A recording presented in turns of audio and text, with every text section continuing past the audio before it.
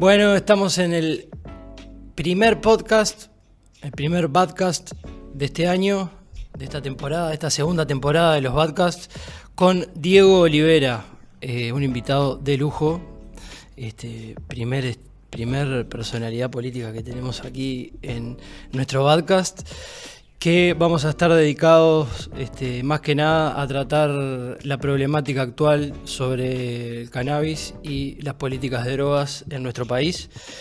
Diego fue presidente del IRCA, secretario general de la Junta de Drogas, legislador en su momento. Hoy integra Fuerza Renovadora, que apoya la candidatura de Mario Vergara para estas elecciones.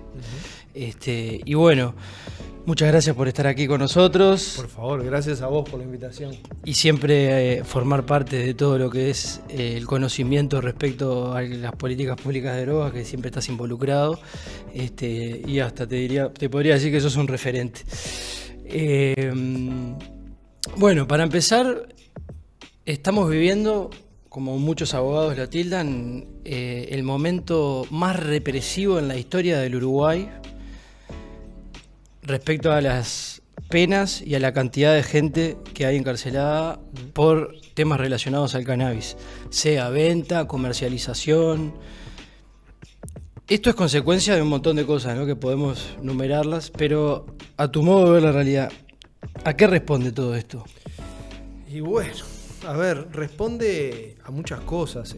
Una de ellas es a seguir un libreto en política pública, que básicamente es el prohibicionismo, que ya hace unos cuantos años, desde la década del 60 sobre todo en adelante, ha sido como la única o casi la única manera de encarar el problema de las drogas, ¿no? Que eso que en política se llama el problema de las drogas, que también hay que cuestionarlo porque las drogas no son solamente un problema, ¿no? Las drogas también generan soluciones para desafíos que tienen las comunidades.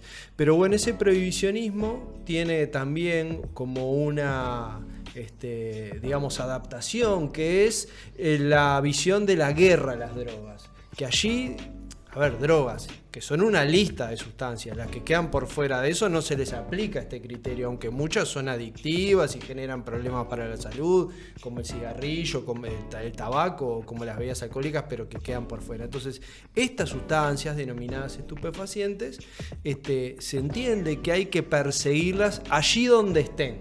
Allí donde se produzcan, allí donde se comercialicen, allí donde se acopien, el Estado tiene que irrumpir y tiene que irrumpir con la carga punitiva, con las sanciones.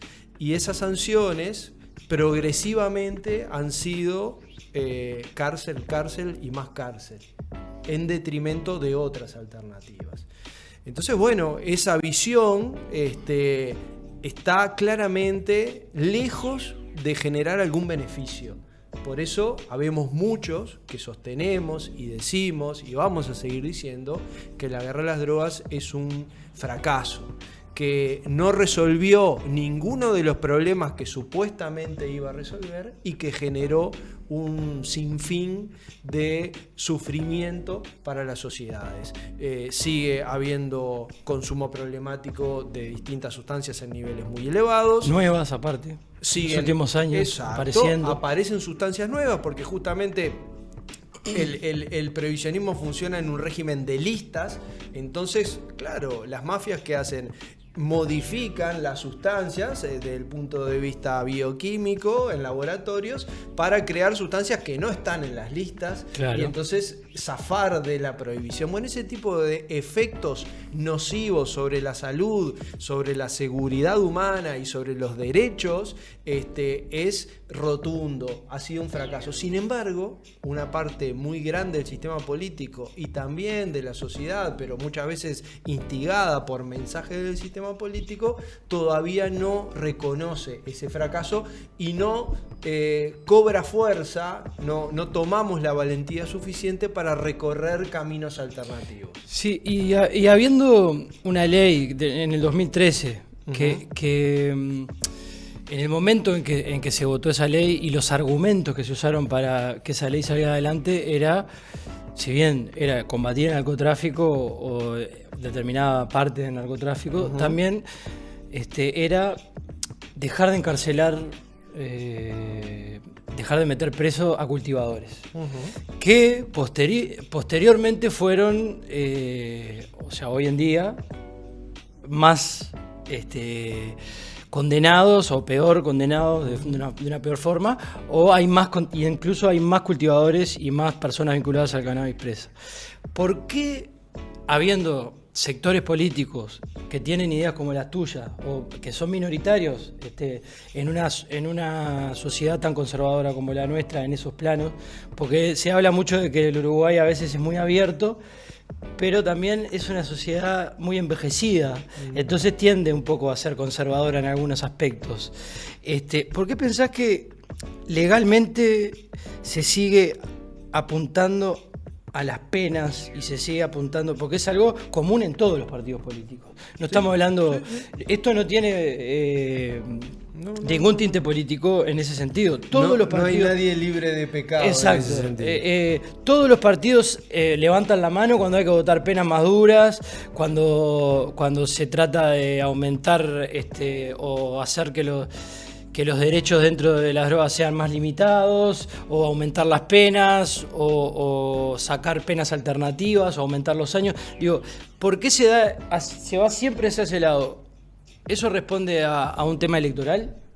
Sí, es cierto que hay un fenómeno que en política se denomina el populismo punitivo, muy en boga en Latinoamérica. Pensemos en el caso Bukele, quizás es el caso más rotundo, más extremo de esto, en donde los políticos piensan que van a conectar con una sensibilidad popular que lo que reclama es seguridad y protección, y que la manera de ofrecer seguridad y protección es a partir de la mano dura, de una fuerte presencia del aparato represivo y del encarcelamiento como única forma de sanción. Entonces, hay dos cosas, y ya aterrizo en lo del cannabis que me planteas.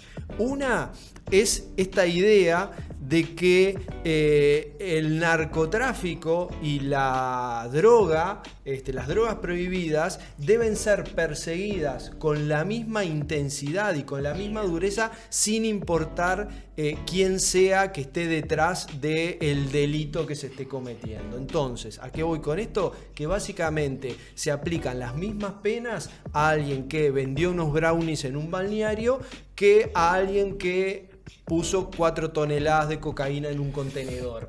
Mientras que una persona, quizás es una persona pobre, vulnerable, que está buscando una estrategia de sobrevivencia, no ejerce la violencia contra nadie, no mató a nadie, ni siquiera tiene un arma, y el otro puede ser un gran líder de una organización criminal que genera tremendos perjuicios para la sociedad. Entonces, abandonamos la idea de la proporcionalidad de las sanciones. Sí, de las penas, o inclusive hay muchas acciones vinculadas que hoy son consideradas delito, que habemos muchos que creemos que deberían ser descriminalizadas. Totalmente. Sobre todo si la persona es primaria, si la persona no ha ejercido violencia contra nadie, si no tiene armamento. ¿Para qué poner a esa persona presa? Porque no solamente estás destruyendo una familia, estás destruyendo una comunidad, sino que seguramente la eventual trayectoria criminal de esa persona en la cárcel puede agravarse. Entonces, a la sociedad no le sirve poner presas a esas personas. Porque además tener gente presa le cuesta mucha plata al Estado, ¿sí? Además de los problemas que las cárceles generan luego. El hacinamiento que hay, ¿no? Seguir metiendo gente a un lugar donde en realidad perfectamente existen penas alternativas posibles. Totalmente. Es que en nuestro sistema penal, la suspensión condicional del proceso, es decir, caso de Natalia de Punta del Diablo, vamos a tomarlo como emblema, como ejemplo, por lo reciente y por lo dramático que fue, perfectamente se le podría haber ofrecido a Natalia, bueno, mira, si vos participás de estas instancias de capacitación y te presentás a determinados trabajos y qué sé yo, y seguís adelante este programa, no vamos a perseguirte penalmente. Eso se podía hacer. se eliminó con la ley de urgente consideración. Sí. Yo estoy de acuerdo contigo que a todos los partidos nos duelen prendas en el tema del punitivismo, pero también digo que la ley de urgente consideración fue un pisar el acelerador a fondo. Sí, y darle a la policía, digamos, generar como una especie de estado policial en algunos momentos, porque hay casos, y muchos casos, de repente hay un caso, por ejemplo, de un chiquirín en Durazno, no es el mismo que liberaron otro, que hace unos años lo agarraron con 16 gramos. 16 gramos puede tener. Perfectamente. Pero ¿qué pasa? Y a ver, ¿y esto de dónde lo sacaste? ¿Viste? Le hicieron una revisión. Dame el celular. Empezaron a mirar los mensajes. Y bueno, él tenía unos mensajes donde estaba comercializando. Lo llevaron al fiscal. Y está la magia ahora, la magia que tienen los fiscales para no hacernos gastar plata a todos, que es el proceso abreviado. Que ahí debería haber más garantías. O sea, se supone que debería haber más garantías, pero entiendo que por la falta de recursos, Claro. Y de tiempo, quizás, porque los plazos que se han tomado no permiten determinadas garantías para el acusado. Entiendo que esas garantías esos derechos no están siendo ejercidos. Totalmente, pero además ayer lo conversábamos con Virginia de los Santos, una defensora pública muy capacitada y que además tiene una visión crítica sobre muchas de las aristas del derecho penal, que se le han cercenado, esto que hablábamos antes, a los operadores judiciales, a los defensores, a los fiscales, a los jueces, se les han cercenado herramientas alternativas. Entonces como que las leyes hoy te meten en un embudo que sí o sí termina en cárcel. Y por eso superamos la barrera de las 15.000 personas presas, cuando nosotros iniciamos este siglo XXI con menos de 5.000 personas presas. O sea, triplicamos en 20 años, en 20 y pocos años, la cantidad de personas presas, en un país que en esos 20 años disminuyó la pobreza en un 30%, incrementó el PBI en una cantidad de millones de dólares. O sea, somos un país más rico, con más consumo, con más bienestar, Con más infraestructura. Con un montón de cuestiones, pero con cárceles tremendamente hacinadas y llenas de gente pobre. Porque luego también hay una cosa cómoda para las autoridades y para algunas agencias de seguridad, que claro, hacer caer a microtraficantes genera noticias, ¿no? Se cerró una boca, se atrapó un dealer, y se lo viste como de actividades criminales, a veces laboratorios. Exacto, con imágenes que resultan hasta risibles, ¿no? De una riñonera con unos poquitos gramos. Entonces, sí, es cierto, esas acciones, desde el punto de vista de las leyes actuales, son delitos, pero ¿cuánto contribuye a nuestra seguridad como sociedad meter a esa gente presa y no tener alternativas para eso? Y por otro lado, vos te encontrás con políticas muy laxas, muy permisivas, con los flujos financieros. Con el lavado de activos, digamos. Exacto. Fíjense esto, el famoso contenedor de los budines Portezuelo, en el cual se traficaron 2,5 toneladas de cocaína hacia Europa, salió de una empresa en Zona Franca que opera en cuestiones de comercio y de logística, y pocos meses atrás, en la rendición de cuentas, el gobierno y el oficialismo habían aprobado una norma que exoneraba a las empresas de este tipo instaladas en Zona Franca de los controles antilavado. Claro. ¿Ok? Entonces, vos tenés que se aprieta el torniquete en algunos segmentos de la cuestión, los más vulnerables, con los que se está llenando de gente en las cárceles, y se afloja la cincha en las medidas que podrían ayudar a perseguir al gran narcotráfico y al lavado de activos. Hoy vos podés presentarte en una automotora o en una inmobiliaria a comprar un inmueble o un vehículo de alta gama por valores largamente superiores a los $100.000, y no tenés que bancarizar esa plata, la podés poner ahí en un bolso arriba de la mesa, ¿entendés? Sí. Lo cual genera un canal de facilitación para el lavado de activos impresionante. Sí, y yo me pregunto, ¿por qué cada vez que se habla en Uruguay entre los políticos, eso lo vemos en las noticias, de corrupción o de que haya posibles vínculos entre el narcotráfico y la política, siempre sale, no, que acá en Uruguay eso no pasa, que acá en Uruguay eso no pasa, y todos como medio como de víctimas, ¿no? Como que, ¿cómo me vas a decir? Eso es lo peor que me puedes decir. Sin embargo, yo siento que si a alguien le dicen, vos mirá, tomá esta plata, hacé la vista gorda nomás, vos no estás haciendo nada. Entonces, capaz que, digo, ese tipo de acciones es muy difícil de detectar, ¿no? Incluso hubo un problema en Torre Ejecutiva y la propia fiscal que tomó ese caso ahora está militando para el partido de gobierno. Y el presidente salió a decirnos que él quería que se siga con ese fiscal, con esa fiscal. Después vemos que el puerto justo se lo venden a una empresa belga. Yo simplemente hago deducciones, ¿no? Sí, uno de los puntos, obviamente, de mayor vulnerabilidad, uno de los puntos críticos para el control del gran narcotráfico. Sí. ¿Y dónde es que aparecen los contenedores? En Bélgica. Aparecen contenedores. Y es justo una empresa belga. Sí. Y la misma persona que hizo ese acuerdo con la empresa después fue ministro del Interior. Entonces, a ver, son como cosas que nadie las investiga, o sea, porque saltan a la vista. Uno puede decir, son coincidencias, porque claro, el tipo está ahí y tiene que negociar con la empresa belga porque está en la posición que está, porque le eligieron. Después se muere un ministro del Interior, tiene que elegir a alguien, bueno, la persona de confianza, pero justo hay muchas coincidencias y también saltan en el interior. Por ejemplo, hace unos años agarraron a una camioneta que iba de Flores a Paysandú y tenía creo que 2 kilos de pasta base o 3 kilos.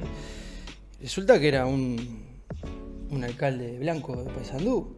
Sí, bueno, y en este cargamento que hablamos está el coordinador general del municipio de Cardona, en Soriano, dueño de automotora. Sí, claramente esto no quiere decir que los políticos estén en general buscando financiamiento ilícito. No.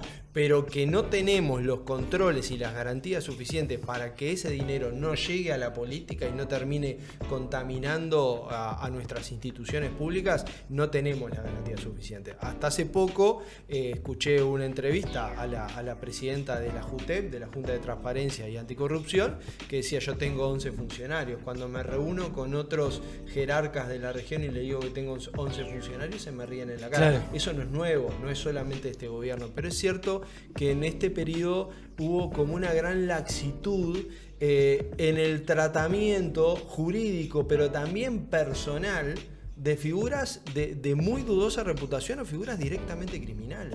Claro.